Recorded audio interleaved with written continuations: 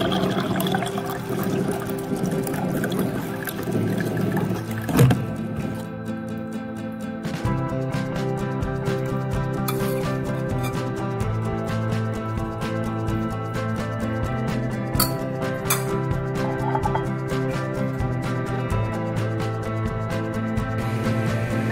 semuanya, kali ini aku mau sharing tips untuk tetap produktif dan bisa menjaga mood ketika kita ingin beraktivitas.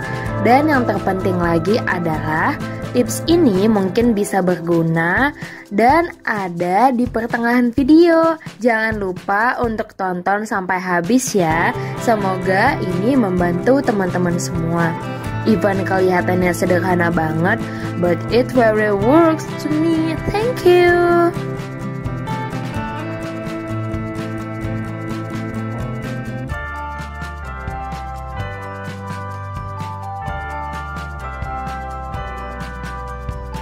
Hello everyone, I'm back. Welcome back to my YouTube channel. Hi guys. Pernah nggak sih ngalamin kayak pengen banget produktif seharian dan juga ngerjain banyak hal karena kita udah sempet nunda-nunda, tapi jatuhnya malah kita rebahan, kita nggak ngerjain apa-apa, tidur, dan bahkan badan kita aja lemes sampai kita nggak mood ngapa-ngapain. Tandanya apa ya itu? Katanya sih itu adalah salah satu gejala stres. Tapi apa benar itu adalah gejala stres? Atau sebenarnya kita salah nyusun strategi? Oke, di konten kali ini aku bakalan jelasin bagaimana cara untuk mempertahankan produktivitas ataupun bagaimana cara mempertahankan mood kita agar bisa tetap produktif. Dan tips ini mungkin bisa berguna untuk kamu semua. Don't forget to like, comment, and subscribe. And check it out! Oke, yang pertama adalah istirahat. Kenapa istirahat sangat penting? Karena ketika kita istirahat, otak dan tubuh kita itu sebenarnya sedang beristirahat juga. Meskipun ketika kita beristirahat, sebelumnya pasti diterpa sama yang namanya pikiran-pikiran atau overthinking, tapi itu benar-benar butuh banget. Kalau dari aku ya, aku tuh harus istirahat minimal 5 jam, 6 jam. Kalau aku udah istirahatnya sekitar 3 jam, 4 jam doang, kayak bakalan gak fit gitu loh, dan moodnya juga agak berantakan. Itu dari aku. Dan kalau teman-teman yang emang biasanya dia bisa mungkin tidur sampai 9 jam atau minimal 9 jam, bahkan merasa lebih gak enak lagi nih badannya kalau dia itu dipaksa untuk bekerja atau melakukan aktivitas. Dan memang istirahat itu bukan hanya untuk membuat kita itu lebih rileks, tapi juga menjaga stamina tubuh kita di keesokan harinya. Nah, ketika kita beristirahat, biasanya kita akan berusaha untuk menenangkan pikiran. Dan ketika istirahatnya cukup, maka automatically keesokan harinya tubuh kita ini masih yang fit gitu. Dan meskipun mungkin tenaganya nggak terlalu banyak karena mungkin kita kecapean di hari yang sebelumnya, tapi kita masih sedikit punya tenaga gitu. Dan ya kalau orang dewasa ya 6 sampai 7 jam atau 8 jam deh kalau nggak salah. Nah, dan yang kedua adalah, aku nggak bilang kalau ini benar-benar bekerja untuk kalian, tapi di aku benar-benar worth it. Bukan worth it sih, benar-benar berguna gitu. Yaitu adalah meditasi atau self-healing. Ketika kita jenuh seharian, kita mungkin udah capek dan kita malah bisa aja ngerasa kayak moodnya anjlok, atau kita ngerasa kayak ada yang kurang dari diri kita. Apapun itu namanya, tetap kita yang bisa memulihkan diri kita dengan apa yang ingin kita lakukan. Mungkin kita bisa dengerin lagu, mungkin kita bisa berdoa untuk yang beribadah atau meditasi, atau apapun cara yang membuat kita lebih rileks. Dan memang cara ini itu udah aku terapin lama banget, dan ini benar-benar bekerja and very works to me. Dan kadang aku mikir kalau misalnya aku nggak ada kayak meditasi atau self healing di seminggu sekali, aku ngerasa kayak ada yang kurang nih di minggu ini. Karena ketika kita self healing, dan itu nggak harus jauh-jauh gitu. Kayak aku di kamar kos aja dan aku dengerin lagu yang bisa menenangkan dan aku bisa lebih berpikir rileks dan berusaha untuk menghindari pikiran-pikiran yang mengganggu, dan itu benar-benar membantu meskipun kita sendiri.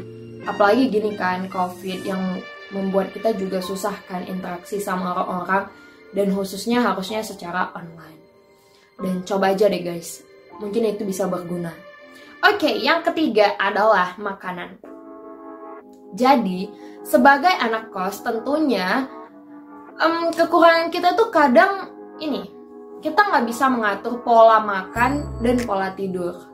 Nah, tetapi yang di makanan ini itu memang berguna dan harus benar-benar ditentuin prioritasnya kita.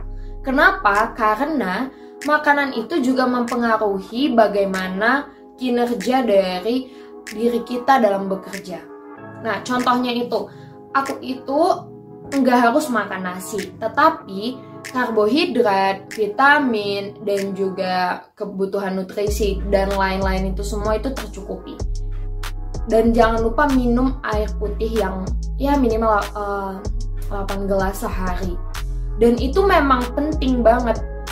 Waktu aku ngerasa pola makanku itu udah berantakan, aku malah capek sendiri.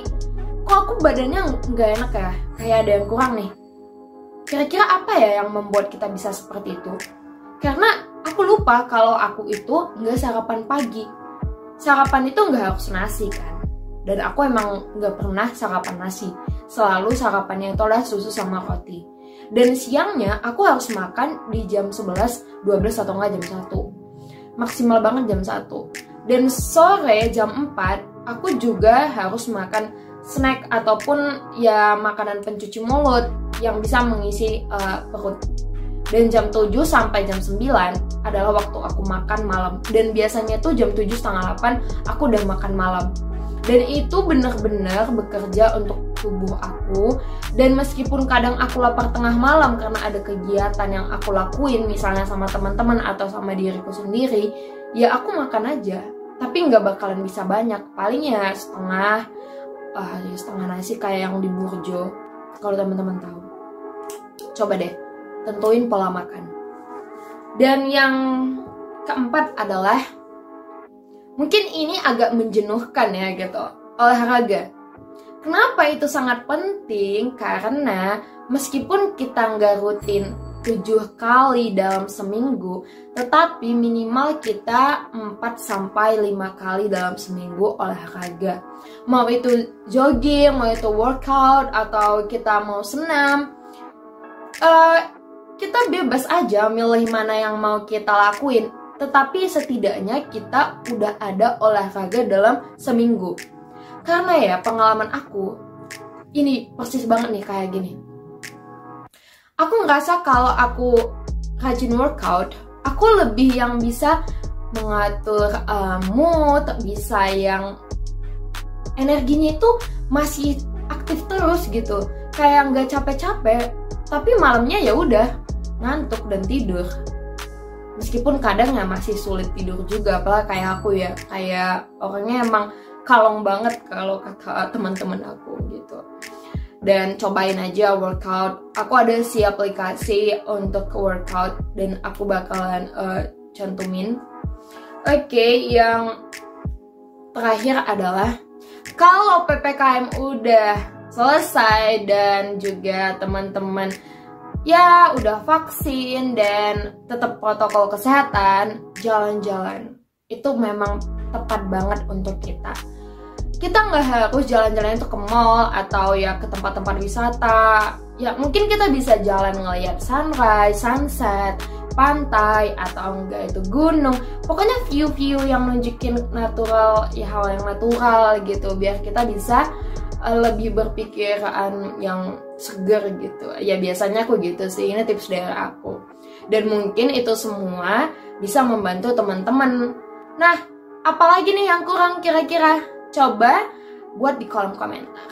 Okay, and enough for me. And okay, don't forget to like, comment, and subscribe.